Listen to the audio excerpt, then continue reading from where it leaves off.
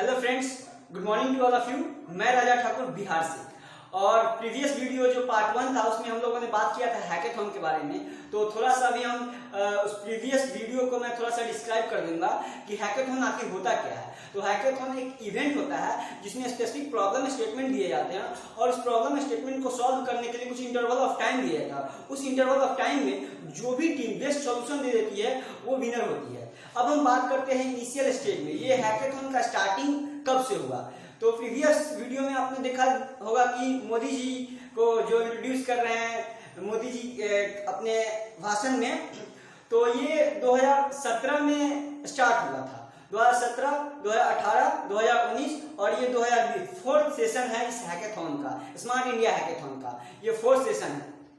तो मैं बता देता हूं कि पहले ये डेट जो होता है हैकेथॉन का, कब आता है फॉर्म, कब फिलअप होता है, कैसे क्या होता है। तो इसमें स्पॉक मैं आगे बताऊंगा वीडियो में स्पॉक क्या होता है। स्पॉक का लास्ट डेट इस बार का जो था वो 1 दिसंबर 2019 था।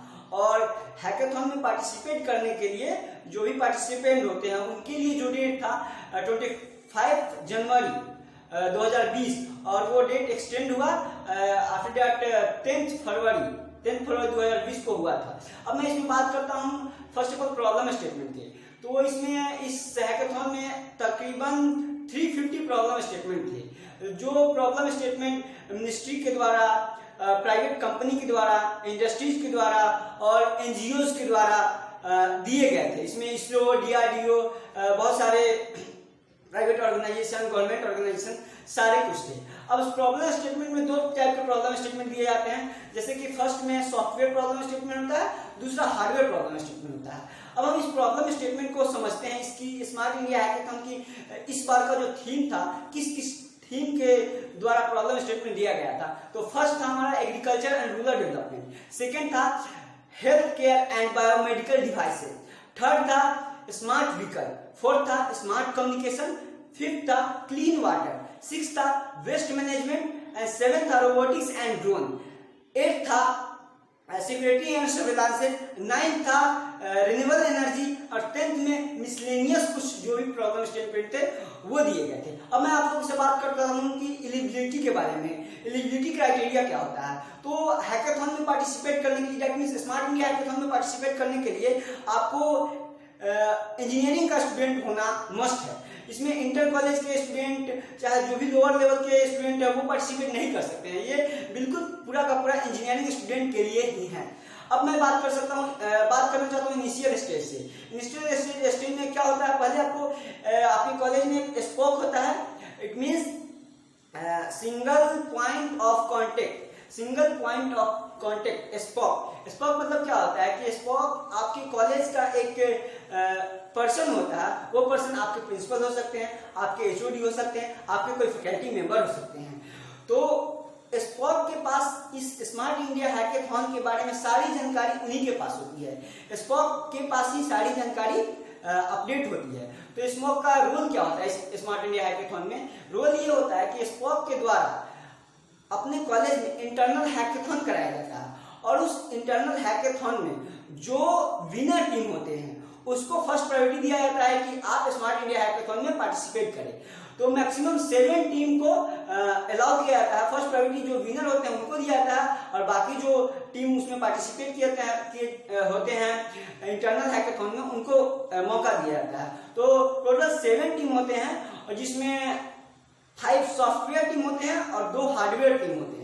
ठीक है, अब हम बात करते हैं टीम साइज के बारे में। तो team size smart India hackathon में 6 टीम मेंबर हो सकते हैं आपके टीम में, जिसमें एक फीमेल कैंडिडेट का होना मस्ट है। तो वो जो अब बात करते हैं टीम सिलेक्शन की। टीम सिलेक्शन कैसे करें? तो टीम सिलेक्शन आपको करना है तो अगर आप कोई सॉफ्टवेयर प्रॉब्लम स्टेटमेंट लेते हैं तो आपको कोडिंग आना चाहिए। ऐसा कुछ नहीं है कि हाँ एकदम हमको कोडिंग आता है तभी हम हैकेथॉन में पार्टिसिपेट कर सकते हैं, अदरवाइज नहीं कर सकते हैं। तो ऐसा कुछ नहीं है, तो कोडिंग आना चाहिए। ये मस्ट बात है कि सॉफ्टवेयर कोई प्रॉब्लम स्टेटमेंट ऐप बनाना है, वेबसाइट बनाना है, एनीथिंग कुछ भी करना है तो आपको कोडिंग की थोड़ी बहुत नॉलेज होनी चाहिए। तो इसके लिए आप क्या कर सकते हैं, आप अपने फ्रेंड्स, आप अपने कलीग्स, मतलब आपके कॉलेज में हाँ, ये भी होता है कि आप सोचिएगा कि दूसरे कॉलेज से भी हम इंक्लूड करके टीम बना ले, तो ऐसा नहीं होता है। आपके कॉलेज कहीं होंगे बट डिफरेंट ब्रांच के हो सकते हैं। अगर आप मैकेनिकल इंजीनियरिंग के स्टूडेंट हैं तो कंप्यूटर साइंस वाले के दोस्त को आप अपने टीम में ले सकते हैं कि हाँ भैया तुम मेरे टीम में आ जाओ, हम लोग साथ में मिलके एक हैकाथॉन में पार्टिसिपेट करें, तो तुम मेरा कोडिंग का काम देख लेना, मैं इधर देख लूंगा, मैं उधर। मतलब एक टीम होता है, टीम फॉर्मेशन करके आपको कोडिंग की नॉलेज होने, सारे नॉलेज को एक प्लेटफॉर्म पे रख के एक टीम का फॉर्मेशन करना है। अगर आप हार्डवेयर प्रॉब्लम में जाते हैं तो हार्डवेयर प्रॉब्लम स्टेटमेंट जाते हैं तो वहां पे आपको एक डिजाइन के लिए एक बंदा रखना होगा, मैकेनिकल से बंदा रखना होगा, इलेक्ट्रिकल का भी, ओवरऑल इसमें कंप्यूटर साइंस का भी काम करना होगा। आपको ये हार्डवेयर प्रॉब्लम स्टेटमेंट में तो इस टाइप से टीम सिलेक्शन करते हैं। टीम फॉर्मेशन के लिए आपको मैंने बता दिया। अब मैं बात करता हूँ पीपीटी के बारे में। पीपीटी कैसे बनाते हैं, how to make a PPT. मैंने प्रीवियस वीडियो में भी बात किया था कि पीपीटी कैसे बनाते हैं। तो पीपीटी बेसिकली 3 स्लाइड का ही स्मार्ट इंडिया हैकाथॉन में सेंड किया जाता है। तो उस 3 स्लाइड में क्या क्या होते हैं। पहला होता है नोवेलिटी ऑफ आइडिया, मतलब नया क्या है आपके आइडिया में आपका नया क्या है, जो सॉल्यूशन आप प्रोवाइड कर रहे हैं वो ऑलरेडी मार्केट में एग्जिस्टिंग मॉडल में है या नहीं है। अगर है तो उसमें नया क्या है। आप ऐसे ही बस कॉपी पेस्ट आइडिया उसमें नहीं देना होता है, ठीक है। उसके बाद हम बात करेंगे फिजिबिलिटी के बारे में, ये संभव है या नहीं है, फिजिबिलिटी होना चाहिए। थर्ड थिंग होता है स्केल ऑफ इम्पैक्ट, और फोर्थ थिंग होता है आपको यूजर एक्सपीरियंस। फर्स्ट स्लाइड में हम लोग क्या क्या बात करते हैं। फर्स्ट स्लाइड में हम यही पीपीटी में बनाते हैं कि कौन से मिनिस्ट्री का प्रॉब्लम स्टेटमेंट है, प्रॉब्लम स्टेटमेंट का नाम देते हैं, टीम नेम देते हैं, टीम लीडर नेम देते हैं और कॉलेज नेम देते हैं, ठीक है। सेकेंड स्लाइड में हम आते हैं तो सेकेंड स्लाइड में हम पूरा डिस्क्रिप्शन ऑफ सॉल्यूशन देते हैं कि हम कैसे उसमें फ्लो चार्ट बनाएंगे, उस पीपीटी में कैसे पिक्टोरियल रिप्रेजेंटेशन के द्वारा उसको समझाएंगे कि हाँ मेरा सॉल्यूशन इस टाइप से है। उसमें हम कौन कौन सा टेक्नोलॉजी यूज करेंगे, जैसे artificial intelligence, IoT, internet of things, machine learning, आप पाइथन यूज कर सकते हैं, जावा यूज कर सकते हैं, बहुत सारे प्रोग्रामिंग लैंग्वेज, और कौन सा टेक्नोलॉजी आप यूज कर रहे हैं वो भी आपको डिस्क्राइब करना पड़ता है। आपको अब थर्ड स्लाइड में क्या करना है, डिस्क्राइब योर डिपेंडेंसी के बारे में आपको बताना है। अब इन सब चीजों के बाद आपके जो आप पीपीटी बना के आप अपने स्पॉक को सबमिट करेंगे। आफ्टर दैट स्पॉक जो है कि आपके पीपीटी को स्मार्ट इंडिया हैकाथॉन के पोर्टल पे रजिस्टर करेंगे। अब इन सब चीजों के बाद शॉर्टलिस्ट किया जाता है आपके पीपीटी को, वहां पे एक्सपर्ट बैठे होते हैं और आपके वो एक्सपर्ट जो होते हैं वो पीपीटी को शॉर्टलिस्ट। तो guys after the submission of idea, अगर आपका आइडिया और पीपीटी सेलेक्ट होता है, सबमिशन जो आपने किया है वो सेलेक्ट होता है, तो आपको एक मेल आएगा कि you are the selected for first round. After that आपको मेंटरशिप प्रोवाइड कराई जाएगी और उसके बाद एक SIH का ऐप आता है, उस पर सारी जानकारी आपको मिलती रहेगी, ठीक है। उसके बाद मेंटरशिप के लिए आप एक टीम में 2 मेंटरशिप चूज कर सकते हैं जिनका एक्सपीरियंस 4 ईयर 5 इयर्स का उस इंडस्ट्री में, उस प्रॉब्लम स्टेटमेंट से रिगार्डिंग वो एक्सपर्ट होते हैं, उस टाइप के एक्सपर्ट होते हैं, उनको आप एज ए मेंटर आप इनरोल कर सकते हैं। उसके बाद क्या होता है कि मेंटर का मेन रोल क्या होता है, मेंटर का मेन रोल ये होता है कि convert student idea into working prototype. आपके आइडिया को, आपके सॉल्यूशन को वर्किंग प्रोटोटाइप में कैसे तब्दील किया जाए, ठीक है। अब वो मेंटरशिप होता है। आफ्टर दैट आपको वो ग्रैंड फिनाले के लिए तैयार करते हैं। अब हो जाता है, उसके बाद ग्रैंड फिनाले की बात आती है। तो ग्रैंड फिनाले हमारे देश के विभिन्न शहरों में एक नोडल सेंटर बनाए जाते हैं। नोडल सेंटर में आपको जाना पड़ता है वहां पे, जैसे कि विभिन्न शहरों में जैसे जयपुर, पुणे, चंडीगढ़, बेंगलोर और IITs में हमारे nodal centre, different IIT Kanpur, IIT Kharagpur, IIT Kharagpur, different IITs में भी नोडल सेंटर बनाए जाते हैं। आफ्टर नोडल सेंटर में आप लोगों को जाना है। वहां पे जाने के बाद 2 दिन सॉफ्टवेयर प्रॉब्लम स्टेटमेंट के लिए और 5 दिन हार्डवेयर प्रॉब्लम स्टेटमेंट के लिए। हार्डवेयर में एक चीज और होता है, फर्स्ट जैसे कि आपने प्रॉब्लम स्टेटमेंट सबमिट किया, आफ्टर दैट आपको सेलेक्ट होता है। आफ्टर आपको बोला जाएगा कि 3 मिनट का एक प्रोटोटाइप बनाइए, वीडियो आपका वर्किंग कर रहा है कि नहीं। 3 मिनट का वीडियो बना के फिर अपलोड करना पड़ता है। आफ्टर दैट आपको ग्रैंड फिनाले के लिए कॉल आता है, ठीक है। तो एकोमोडेशन, और मैं बात करता हूँ अगर आप वहाँ जाते हैं तो एकोमोडेशन और ट्रेवलिंग फीस का रीइंबर्समेंट हो जाता है, ठीक है। तो ग्रैंड फिनाले में आप जाते हैं, वहाँ पे काम करते हैं अच्छे से, और अगर आप विनर होते हैं तो 1 लाख रुपए का कैश प्राइज और सर्टिफिकेट मिलता है, और आपको DST टेक्नोलॉजी बिजनेस इनोवेशन की तरफ से आपको हैंड होल्डिंग सपोर्ट मिलता है।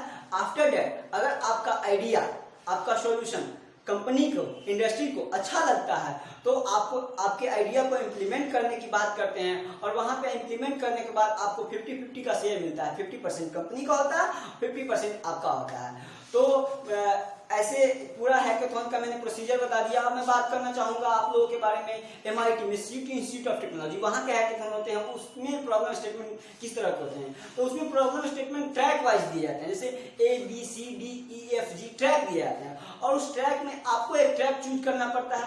उसमें जो टीम बनाया जाता है डिफरेंट कंट्रीज के होते हैं, जैसे नाइजीरिया, ऑस्ट्रेलिया हो गया, नाइजीरिया हो गया, अमेरिका हो गया, जापान हो गया, नीदरलैंड हो गया, इंडिया हो गया, डिफरेंट कंट्रीज के टीम बनाए जाते हैं।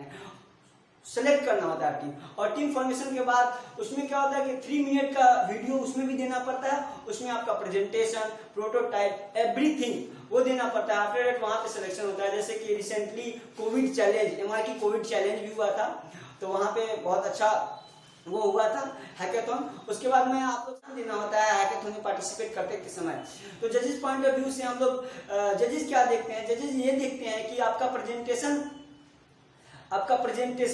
स्ट्रेटजी कैसा है, मतलब कि आप अपने प्रेजेंटेशन में सेंटीमेंट यूज कर रहे हैं। ज्यादा सेंटीमेंट नहीं यूज करता है, उसमें आपको बस 15 से 20 सेकेंड सेंटीमेंट ही यूज करना है। उसके बाद आपको ये एक्सक्यूज नहीं देना है कि lack of time, sir time कम था तो इसलिए हम लोग प्रोटोटाइप नहीं बना पाए।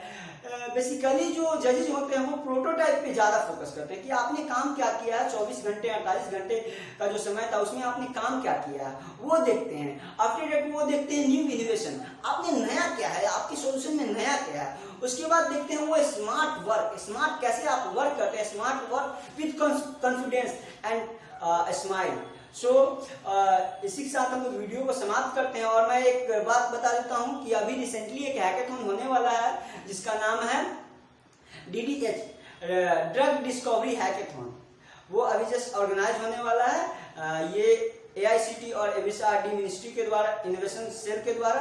और एक बार और मैं बता दूं कि जो स्पॉक होते हैं, स्पॉक जो भी कॉलेज होते हैं उनके लिए क्राइटेरिया होता है कि AICTE यानी कि all India council of technical education से अप्रूव्ड होता है अगर कॉलेज, तो आपको स्पॉक का मान्यता दिया जाता है। सो गाइस, अगर आपको DDH के बारे में जानकारी चाहिए तो आप हमको कमेंट करके बताइएगा, और इस वीडियो को ज्यादा से ज्यादा शेयर कीजिएगा को जो नहीं जानते हैं हैकेथॉन के बारे में। और मैं एज ए इंजीनियर आपको ये बताना चाहता हूँ, और मैं आपको मतलब बोल भी रहा हूँ कि आप जरूर से जरूर एक बार इस हैकेथॉन में पार्टिसिपेट, बहुत कुछ नया सीखने को मिलता है, बहुत कुछ। पूरे मतलब बिहार और ओवर इंडिया में इंजीनियर्स को पता होना चाहिए कि ये हैकेथॉन क्या होता है। एक बहुत अच्छा प्लेटफॉर्म है। मैं सजेस्ट करूंगा कि आप लोग भी कभी ना कभी इस हैकेथॉन में पार्टिसिपेट करें और अच्छा अपना स्किल और सब कुछ डेवलप करें। So thank you so much for watching this video. Thank you.